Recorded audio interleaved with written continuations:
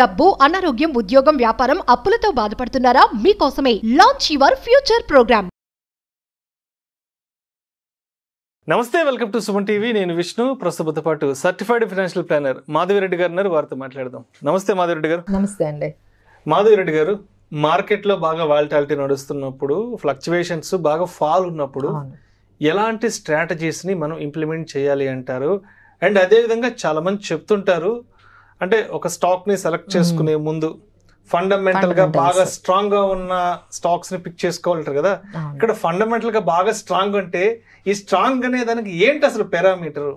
So డెఫినెట్గా ఈ video అయితే అందరికీ ఉపయోగపడుతుందండి. సో మీరు ఒక నోట్బుక్ ఒకటి తీసుకొని, అంటే ఇప్పుడు కొన్ని పారామీటర్స్ చెప్తాము, మీరు ఏ స్టాక్ అయితే తీసుకోవాలనుకుంటున్నారో ఆ ఇన్ఫర్మేషన్ అంతా ఇప్పుడు నౌవేడేస్ అన్నిటికో మన స్క్రీనర్ కానీ లేకపోతే చాలా వెబ్సైట్స్ మనీ కంట్రోల్ కానీ ఉన్నాయండి. వాటిల్లో మీకు యాహూ ఫైనాన్స్ కానీ ఇలాంటి వాటిల్లో మీకు ఈజీగా ఈ ఇన్ఫర్మేషన్ నేను ఏదైతే చెప్తున్నానో అదంతా మీకు వస్తుంది. బట్ ఆ టర్మ్స్ అనేవి అంటే మీకు చాలా ఉంటాయి కదా, ఎన్ని చూడాలంటే కష్టం. కాబట్టి అసలు ఎన్ని ఇంపార్టెంట్ మీరు అన్నట్టుగా మనము ఇవి కీ పాయింట్స్ చూడాలి అనేది ఫస్ట్ మనం ఏదైనా ఒక స్టాక్, ఇక్కడ నేను ఎగ్జాంపుల్ రిలయన్స్ తీసుకున్నానండి, so that everyone can connect that.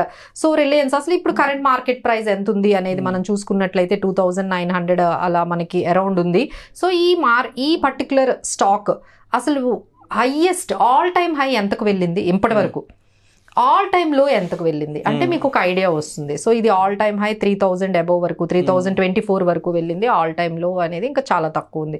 So ఇది ఇలా మనకి వాట్ ఈస్ ద అది హైయెస్ట్ పీక్ ప్రైస్ ఎంత ఉంది, తర్వాత లోయెస్ట్ పీక్ అని ఏంటంటే మీకు ఆ రేంజ్ అనేది, ఆ ప్రైస్ రేంజ్ అనేది కొంచెం ఐడియా వస్తుంది.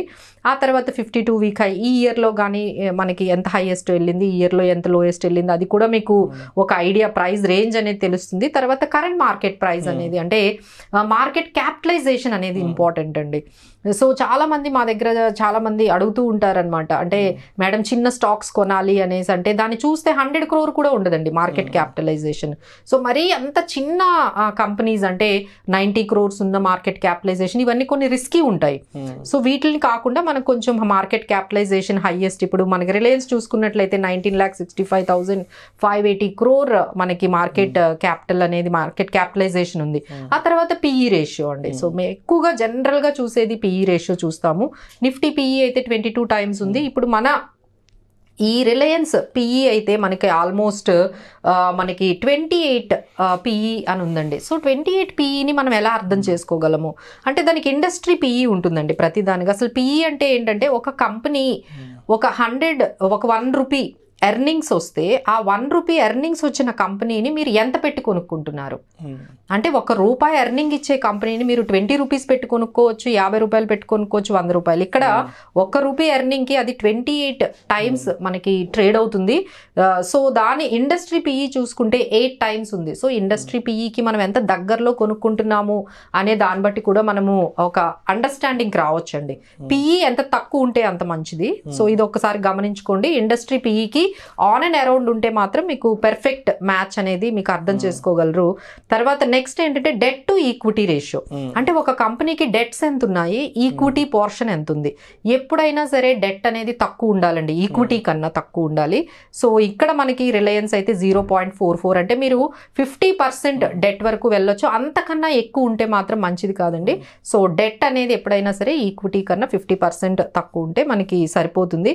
ఆ తర్వాత ప్రైస్ టు బుక్ వాల్యూ అంటారండి, అంటే బుక్ వాల్యూ అంటే మనకి రిలయన్స్ బుక్ వాల్యూ అయితే 1172 ఉందండి. అంటే 1172 ఉన్న బుక్ వాల్యూ ఇప్పుడు 2900కి ట్రేడ్ అవుతుంది. అంటే ఎన్నిసార్లు ట్రేడ్ అవుతుంది బుక్ వాల్యూ కన్నా ప్రైస్ అంటే 2 times, 2.48 times. ఇది కూడా మీరు ఒక్కసారి చూసుకోవాలండి. మన బుక్ వాల్యూ కన్నా కరెంట్ మార్కెట్ ప్రైస్ ఎన్ని టైమ్స్ మార్కెట్లో ట్రేడ్ అవుతుంది. మరి ఎక్కువ అంటే 5 times, 7 times ఇలా ట్రేడ్ అయ్యే స్టాక్స్ కూడా ఉన్నాయి. మన బుక్ వాల్యూకి దగ్గరలో ఉంటే 2 times అయినా that is well and good అండి. You can chase that stock. ఆ తర్వాత మనకి రిటర్న్ ఆన్ ఈక్విటీ ఎంత వచ్చింది, అంటే వాళ్ళు పెట్టి బిజినెస్ పెట్టి వాళ్ళు పెట్టిన ఈ ఈక్విటీ క్యాపిటల్ కానీ పెట్టి వాళ్ళు ఎంత రిటర్న్స్ తీసుకురాగలుగుతున్నారు అనేది మనం చూసుకున్నట్లయితే ఇక్కడైతే మనకి రిటర్న్ ఆన్ ఈక్విటీ 10%, 9 to 10% ఉందండి. ఏ బిజినెస్ అయినా ఇంకా ఆర్ఓఈ అయితే మేము చెప్పిన స్టాక్స్లో అయితే ఆర్ఓఈ 14% కానీ 15%, 18%, కొన్ని కంపెనీస్ 20% ఆర్ఓఈ ఉన్న కంపెనీస్ కూడా ఉన్నాయండి. సో ఆర్ఓఈ అనేది ఎంత ఎక్కువ ఉంటే అంత మంచిది. సో అది మీరు గమనించండి. ROE ఎక్కువ ఉండాలి, PE తక్కువ ఉండాలి, EPS ఎక్కువ ఉండాలి. సో ఇలా కొన్ని పారామీటర్స్ ఉన్నాయండి. సో నెక్స్ట్ పారామీటర్ EPS అంటే ఎర్నింగ్స్ పర్ షేర్. అంటే ఒక 100 కోట్లు నెట్ ఎర్నింగ్స్ కానీ మార్కెట్కి వస్తే 100 కోట్ల అవుట్ స్టాండింగ్ షేర్స్ ఉంటే ఒక్కొక్క షేర్కి కానీ మనం ఆ ఎర్నింగ్స్ కానీ డిస్ట్రిబ్యూట్ చేస్తే ఒక్క షేర్కి ₹1 వస్తుంది. 100 crores ఎర్నింగ్స్ ఉన్నాయి, 100 crores అవుట్ స్టాండింగ్ షేర్స్ ఉన్నాయంటే ఒక్క షేర్కి మీకు ₹1 వస్తుంది. సో దీన్ని బట్టి మీరు అర్థం చేసుకోవచ్చు మీరు ఏదైతే సెలెక్ట్ చేస్తున్నారో ఆ EPS మీకు ఒక్కొక్క షేర్కి ఎంత వస్తుంది. ఇక్కడైతే ₹102 వాళ్ళు EPS అనేది మనకి రిలయన్స్ కనిపిస్తుందండి. ఆ తర్వాత ప్రమోటర్ హోల్డింగ్ అంటే ప్రమోటర్ ఎంత ఎక్కువ హోల్డ్ చేసుకుంటే మంచిదండి. అంటే ఒక 60%, 50% ఈస్ గుడ్ ఇనఫ్.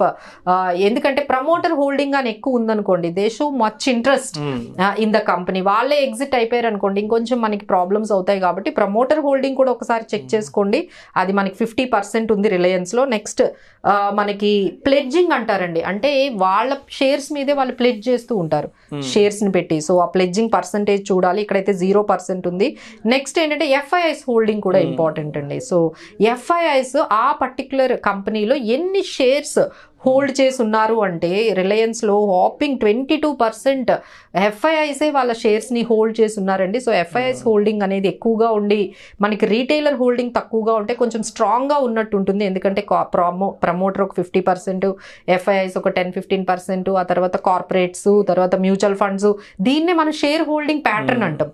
అంటే 100 షేర్లు ఎవరెవరి దగ్గర ఉన్నాయి అనే దానికి మనకి ఇక్కడ మీకు ఒక షేర్ హోల్డింగ్ ప్యాటర్న్ అనేది అర్థమైతే దాన్ని బట్టి మనకి ఎవరి దగ్గర FIIs దగ్గర ఎంత పర్సంటేజ్ ఉన్నాయి, ప్రమోటర్ దగ్గర ఎంత ఉన్నాయి, రీటైలర్స్ దగ్గర ఎంత ఉన్నాయి, కార్పొరేట్స్, మ్యూచువల్ ఫండ్స్, ఇన్సూరెన్స్, ఇవన్నీ కలిపి ఎవరెవరి దగ్గర ఎన్ని షేర్స్ ఉన్నాయి మీకు తెలిసినట్లయితే ఆ కంపెనీ ఎంత స్ట్రాంగ్గా ఉందో మీకు ఈ పాయింట్ కూడా మీకు అర్థమవుతుందండి. ఆ తర్వాత మనకి ఈ టెక్నికల్గా అయితే మనకి యావరేజ్గా ఈ 200 DMA యావరేజ్ అనేది చూసుకున్నట్లయితే ఆ ప్రైస్ స్ట్రాంగ్గా ఎంత సపోర్ట్ లెవెల్లో మనం కొంటున్నామా లేదా అనేది అర్థమవుతుందండి. సో ఇలాంటివి చాలా పారామీటర్స్ ఉంటాయి. డివిడెండ్ ఈల్డ్ ఉంటుంది.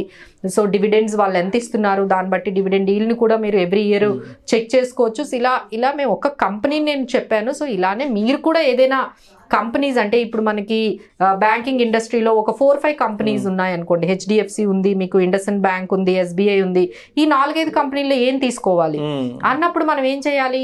ఈ పారామీటర్స్ ఏమైతే ఉన్నాయో ఆ పారామీటర్స్ అన్నీ కూడా ఈ 4 కంపెనీస్కి మీరు కానీ నోట్ చేసుకుంటూ వెళ్తే మీకే ఈజీగా అర్థమైపోతుందండి మీరు ఏ కంపెనీస్ తీసుకోవాలో. సో ఈ విధంగా మీరు ఈ ఫండమెంటల్ అనాలిసిస్తో పాటు కొన్ని స్ట్రాటజీస్ ఉన్నాయండి. అంటే మనకి మార్కెట్లో క్వాలిటీ స్టాక్స్ ఉన్నాయి, వాల్యూ స్టాక్స్ ఉన్నాయి, గ్రోత్ స్టాక్స్ ఉన్నాయి, small and cap, mid cap stocks ఉన్నాయి, మొమెంటమ్ స్టాక్స్ ఉన్నాయి.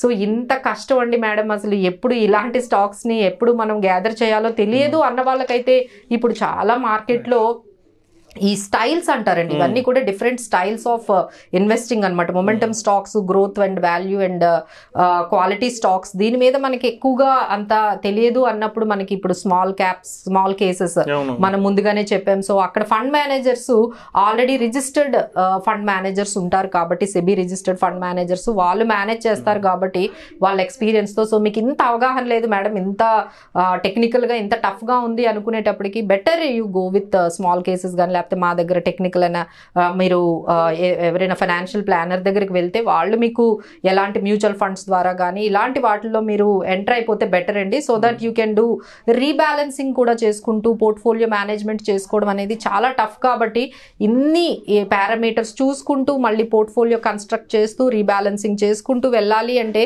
ఇట్స్ రియల్లీ టఫ్ అండి. ఒక నార్మల్ ఒక కామన్ పర్సన్కి ఇన్ని చూసుకోవాలంటే ఇక వాళ్ళ బిజినెసెస్ ఉంటాయి, ఇక మార్కెట్స్ని కూడా ట్రాక్ చేయాలంటే కష్టం కాబట్టి.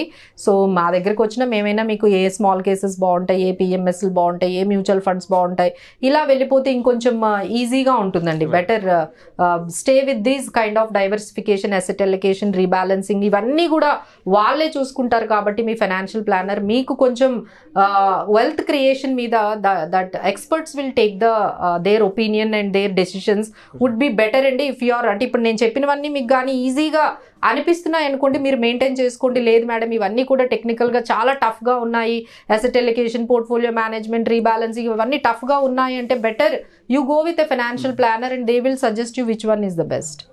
Thank you so much Madhuri Reddy గారు. సుమన్ టీవీలో మీ పర్సనల్ అండ్ బిజినెస్ ప్రమోషన్స్ కోసం కింది నెంబర్కి కాంటాక్ట్ చేయండి.